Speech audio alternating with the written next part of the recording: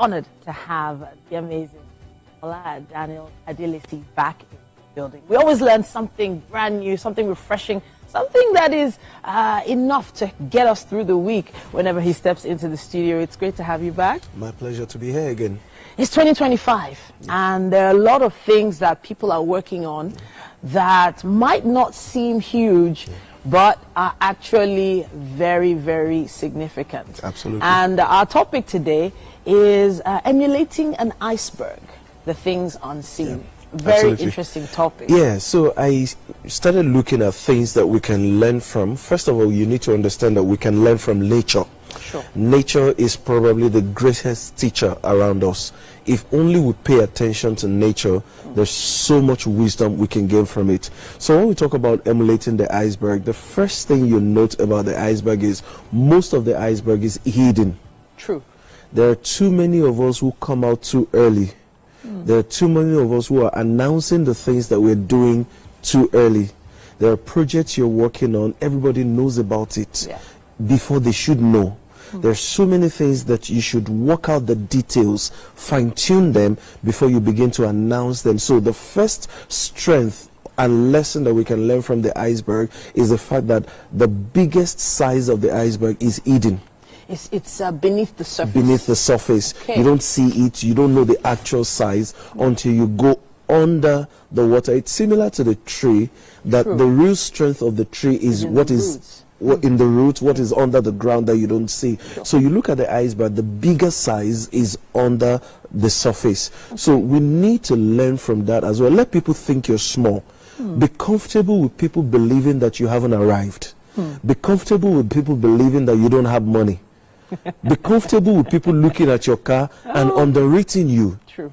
Be comfortable with people looking at where you live and underrating you as well. Okay, so until they find out who you truly are. You don't live on Banana Island, so they don't rate you. It doesn't mean much. It doesn't mean much. There are those who can live somewhere else. There are those who go all over the world. But there are those who don't seem to have all those things on the outside. Sure. But when you find out who they are, when you see their portfolio, when you see their strength, then you say, wow. I've been fooling myself and this person has been camouflaging all along. So that's the first lesson. Then the second lesson that we can learn from the iceberg is patience. It builds over different weather. It doesn't matter what the weather looks like. It keeps building over time. When there's a change in weather, it can defrost and form again, just so that it can adjust to the new weather condition. So you need to be flexible. Flexible and adaptable. Flexible and agile. You can't walk in a particular way. One of the things I keep teaching, for example, when I'm training, I'm talking about goal setting, is that if I need to get from point A to point B, the most important thing is getting to point B, not the how. The how can keep changing, but getting to point B is the end result. Most people focus on getting to point B, and they think that getting to point B must happen in a straight line. And they don't realize that sometimes you have to first of all go left or go right and then go forward. But they just want to go forward immediately. But if I try that here, what's going to happen to me here? I'm going to hit this thing and probably fall, tip over, break a tooth, or lose a couple of teeth at my age. Speaking of breaking things, when I think of an iceberg, the first thing that comes to my head is the Titanic. You know, at the time, the Titanic itself was the biggest purpose-built passenger vessel on the oceans. And it took a small scratch from an iceberg. Seemingly small. Obviously, it was beneath the surface of the water. If you watch that movie, it was beneath the surface of the water that it scratched the ship. So I'm thinking about how powerful or the iceberg is. The impact of an iceberg So that's the thing. That's why we say you don't underrate the iceberg that you see. You underrate the iceberg at your peril, at your own peril, because the biggest strength of the iceberg, or the most powerful things about it, is that you don't see it coming. You don't see the impact, the possible impact it can have. You don't see the size, so you can tentatively underrate it. So as a human being too, allow people to underrate you. Do you know that sometimes when we talk about enemies and friends and stuff like that, sometimes the reason they can do what they can do to us is because they've seen everything about us. In the military, there's something called strategy. And one of your biggest strategy as a soldier is to make sure that your enemy never sees you coming. Never. So you're hiding. What's the idea of camouflaging? You try to blend into the environment so that when they show up, they don't know they are walking into a trap.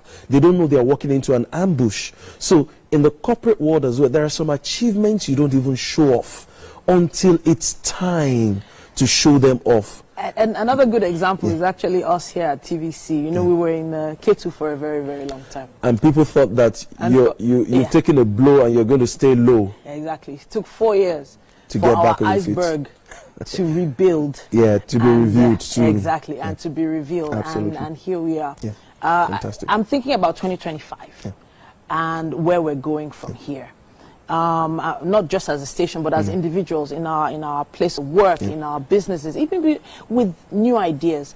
There are a lot of schools of thought that are talking about us, you know, showcasing ourselves on social media, telling people everything you're doing, giving them a blow-by-blow of everything that's happening. So where do we stand on this line now? Some people believe you need to showcase and market yourself, and now you're saying, hey, don't tell everyone what you're doing yet.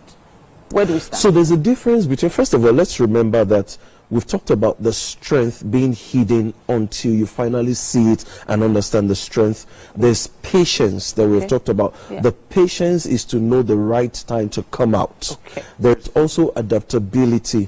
What most people try to show off is the process and not the end results. When you show off the process and not the end result, I can easily copy what you're trying to do and I can outsmart you. Interesting. So if you're doing something, you're showing off the blow-by-blow account, as they try to say, and I know what you're doing. I may have more resources to move faster than you're moving. So if I have more resources to move faster than you're moving, what have you gained by showing me the step-by-step account of everything that you're doing? You've just given me free idea, and you can't even sue me for using exactly the same idea. So one thing is, if you're going to really succeed in the coming years, don't let people see you coming. Be like an iceberg. Don't let them see you coming. Keep your strength, remain agile, remain flexible, because it changes, it reshapes. So be flexible, be adaptable, be agile, and don't let people see you coming until they underrate you and they realize how strong, how powerful you can be, and then they see that you are not a pushover. So now, what's the assignment we're giving people for the rest of the week? Work in secret, and when the result is coming out, or when the result is ready, that's when you begin to show what you have done. For example, when we do what we call product launch. When you're doing a product launch, do you show people how you build the product? No. You don't. It's till the product is ready. Are you aware that there's a battery that can last probably over 1,000 years? Wow. But while it was being done, nobody showed us what they did. Nobody showed us how they are building. And more importantly, there are 2 Nigerians on the research project. Interesting. But that battery, as small as probably the tip of my finger, but it can do like 1,000 years. So very soon you're going to have phones that you don't have to recharge, and they're going to work for their entire lifespan. Mr. Fola Daniel Adelesi